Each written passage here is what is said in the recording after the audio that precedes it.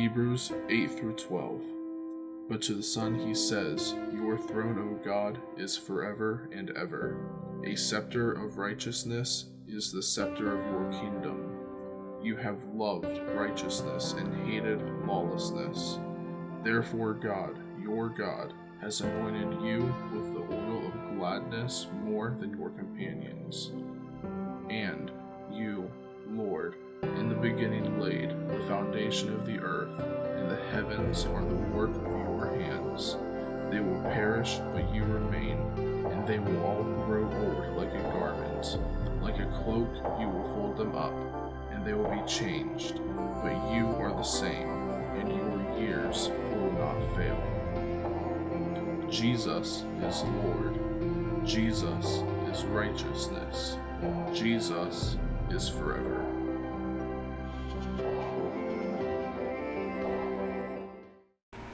Hello everyone, welcome back. If you watched the rest of the video, I do greatly appreciate it. If not, I also understand. I hope God blesses you either way. Before I get started with the main point of this video, I just want to say that I do apologize for this video taking so long to come out.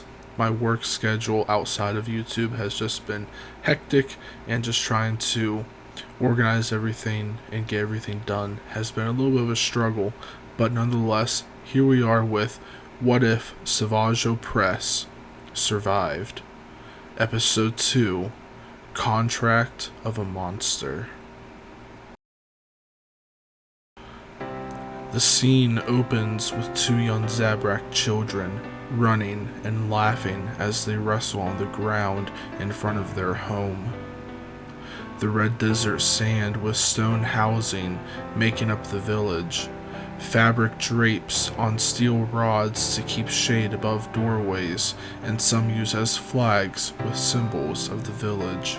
Multiple Zabrak adults walking around doing their everyday tasks. The two boys continue to wrestle on the Dathomir soil. You are getting strong, brother. One day I hope to get a level of strength, at least half of yours. My brother Farrell, you will become strong. As long as we stick together, as long as we protect each other, nothing can get in our way or harm us. I will always be by your side, Savage. You are more than just my brother. You are my best friend. And you are the same to me, Farrell. The children enter into the doorway of their dwelling as a flash of yellow light takes over and transitions to the now waking up and panting Savage Opress. Savage is strung up by some sort of electric binding by his wrists, as the same binding at his ankles keep him just hovering over the spherical shell encasing the levitation system controlled by the computer panel that is mounted 6 feet away from Savage's left side. Savage pants with heavy breath as he looks around the room. He concludes that the room is circular, with familiar gray wall paneling and lighting. He realizes that this is a separatist prison room, aboard what he can assume to be a munificent class frigate. He seems to be in the middle of the room. Savage can guess that the walls are 11 feet away from him. In front of him, the doorway, he sees that there are two Magna Guards standing guard inside the room on either side of the door. As Savage gains a steadier breath pattern, he tries to reach out with the force, but his abilities are not working. Where are you? What have you done to me? Savage yells out loud. The Magna Guards do nothing as Savage speaks. Savage grows aggravated as he demands the droids to do something. The door opens with a droid walking in. They aren't going to listen to you. It doesn't matter how much you yell or scream. They only answer to me and the Master. You are not an ordinary droid. Who are you? Savage asks the droid, who is built like a medical droid, but with a more elongated head. He has multiple arms with different tools. Grayish-blue color to him, and his vocabulary makes him sound like a sassy male Rhodian. I am the Master's personal doctor. I am EVA4D, and I don't have time for so much chatter. I need to finish my tests. A4D replies, By master, you mean Grievous? Savage asks with his low voice. A4D walks over to the computer panel and starts typing on it. Well, look at you, connecting dots, or at least trying to. Grievous is the one I speak of, yes. You are aboard one of his smaller flagships, a munificent frigate from his older days, his pre-cyborg days. He named it Ronduru. It is a prize vessel for the General. He keeps very important items of interest here. Ronduru, Savage repeats. A4D replies, Yes, Ronduru. It is not a planet, or even a title. I don't even know what it could be. It was before my programming. Anywho, time for my test to resume. A4D walks over with datapad in one hand as he analyzes Savage's cybernetic arm. Poor craftsmanship, A4D exclaims in disgust. Who even did this? Some wild bantha fodder-eating nerf herders, I would presume. I will take it off and start over. Do not touch me, Savage speaks with intimidation. Relax, will you? I have access to multiple parts, and it will just come down to a good design. You won't even have to be awake for it either. A4D replies, trying to calm Savage. Why would you try to help me with a better arm? Savage questions A4D. The droid responds as he continues working on his datapad. It doesn't matter which side of a conflict you are on. A cybernetic piece should not showcase one's disability, but it should bring you advantage. Savage reacts. Which side are you on, then? I work for Grievous, not the Separatist. A4D continues. Now, other than your arm, you seem to be in fit condition. Brain scans are fine. Oxygen levels seem to be almost perfect. It seems you have had damage to your horns. Vitamin levels, let's see, checking iron, muscle mass in your blood. What is this? A4D questions. What? Savage demands. You have normal red and white blood cells, but there is something else.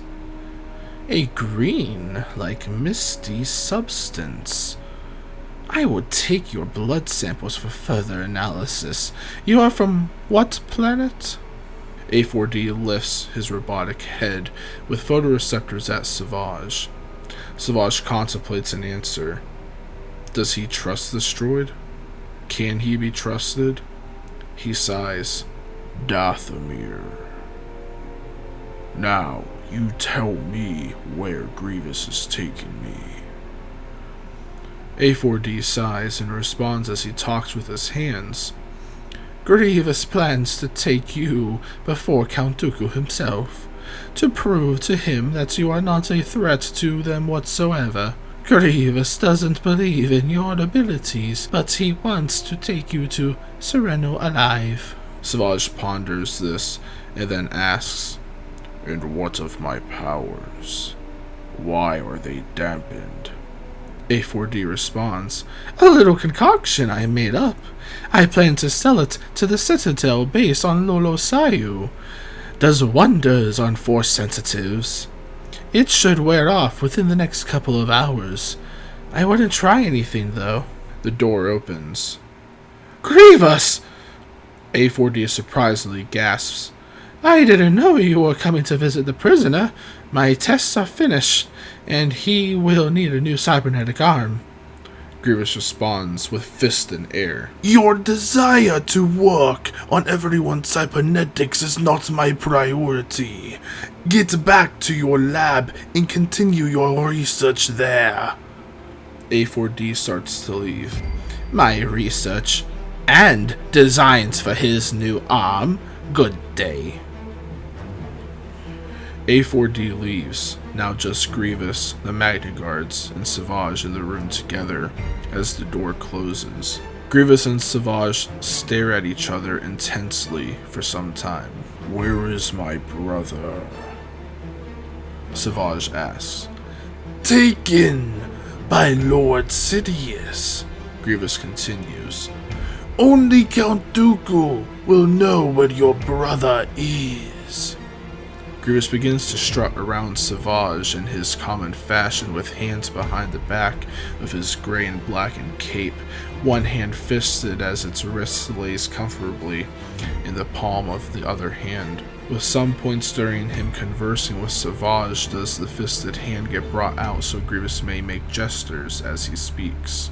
"It will be some time for me to understand why exactly Count Dooku believes you to be a threat. Maybe it is not you, but your brother. I do not know much of this Maul that people talk about, but apparently he is more important enough for Lord Sidious to capture without alerting Separatist forces." Savage chimes in. "This is why you had your droids attack Sidious." Grievous responds, "I believe that Sidious is not what he makes himself out to be. He has lost some respect from me when I saw how poorly he dealt with the pitiful excuse of a leader of a terrorist group. My brother is a valiant warrior and leader. He is a true soldier and the rightful ruler of Mandalore." Savage responds with rage. "Valiant? True? Rightful?" Grievous interjects.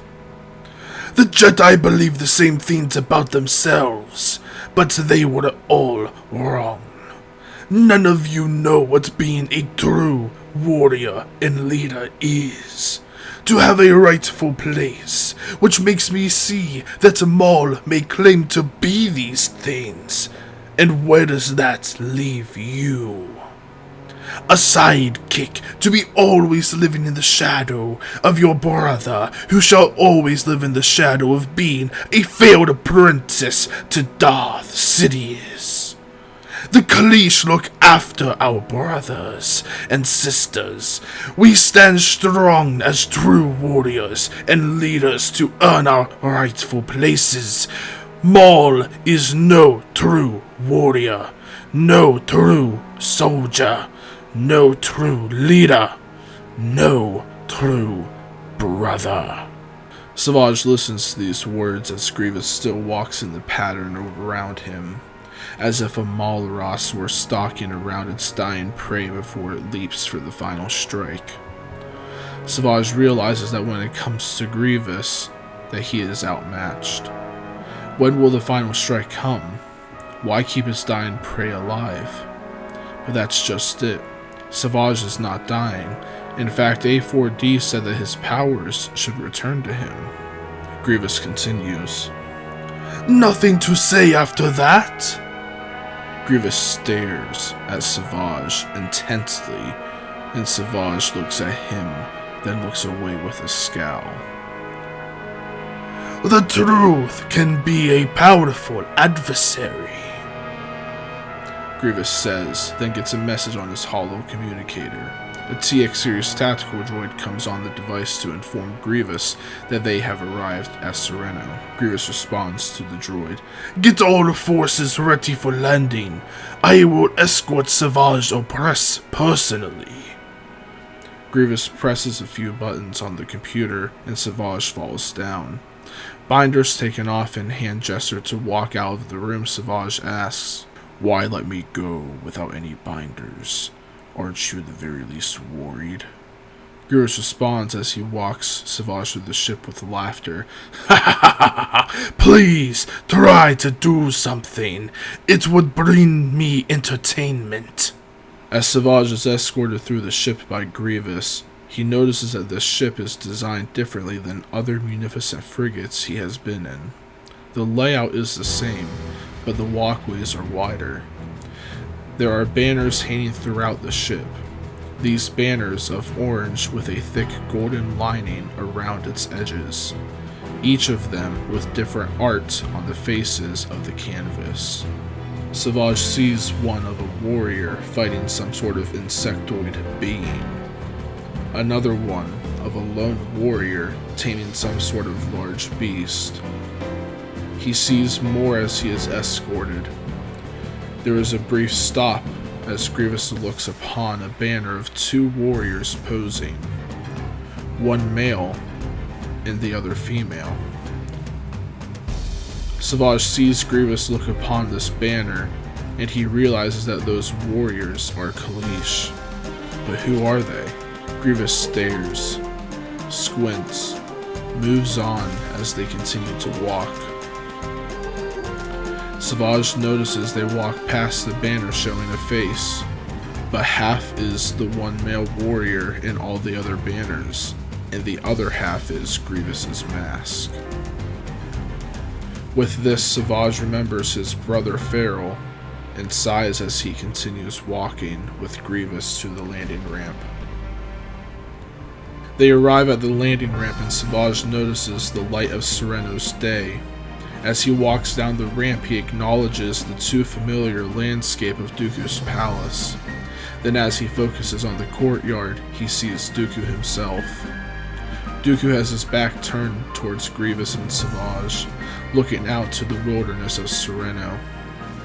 As they walk closer to Dooku, he speaks. Wilderness, a place for beasts, animals, and monstrous traitors.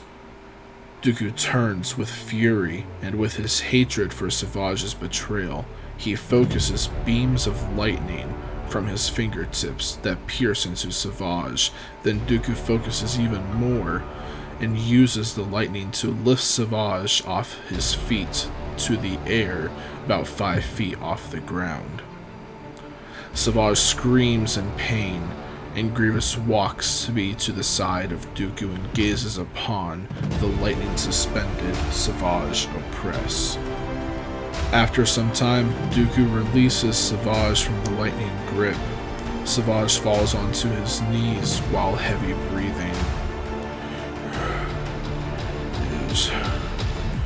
Is that all you've got? Savage says and leaps with a warrior's roar. Roar! Using the force to pull his lightsaber from Grievous's waist, mid-air ignites his weapon with all focus on Dooku.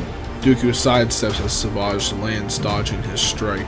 Grievous goes for his weapons, but Dooku signals him to stand down. Savage, with focus still on Dooku, he strikes heavily towards the old man. Every strike of Savage, Dooku sidesteps and evades.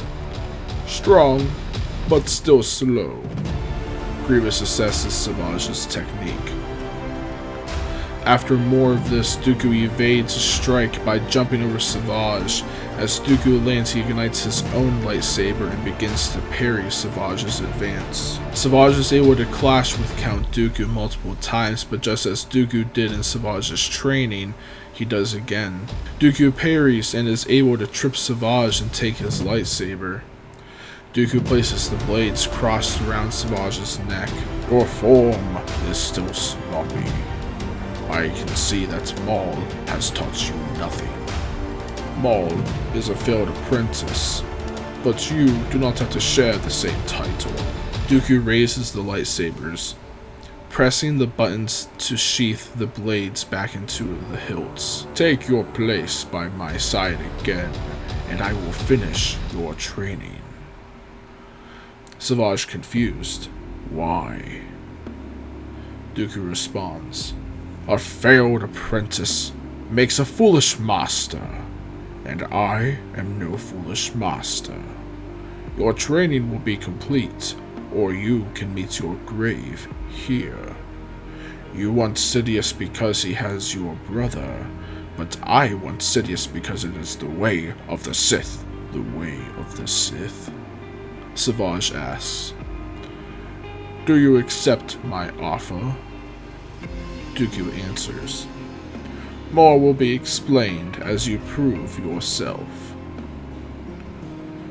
Savage thinks about this. He just wants to see his brother again, but he also remembers what Grievous said, that Maul isn't a true brother. Savage realizes that he must do this for himself, not for Maul, not for Talzin, not for Mandalore, not for Farrell, but for himself, his namesake. I accept, Master. Savage answers. Good. Now we do not have much time. Dooku responds as he tosses Savage's lightsaber to him. The capture of Maul was not known by me or the rest of the Separatists. I can feel it. This could accelerate my master's plans. The Separatists must win this war. Grievous will instruct you on lightsaber combat. I will teach you the ways of the dark side of the Force. Savage exclaims, I have a request. Dooku and Grievous look at each other. Grievous shakes his head no, but Dooku is intrigued. And what is it? Savage stands firm. I want to know about my family. Dooku strokes his beard and looks upon Savage. I believe I can be of assistance to that. Luckily, your first target after some training will be a Night Sister. Grievous laughs as Dooku ends his statement, and the three with Dooku in the middle, Savage on his left, and Grievous on his right, enter into Dooku's palace on Sereno.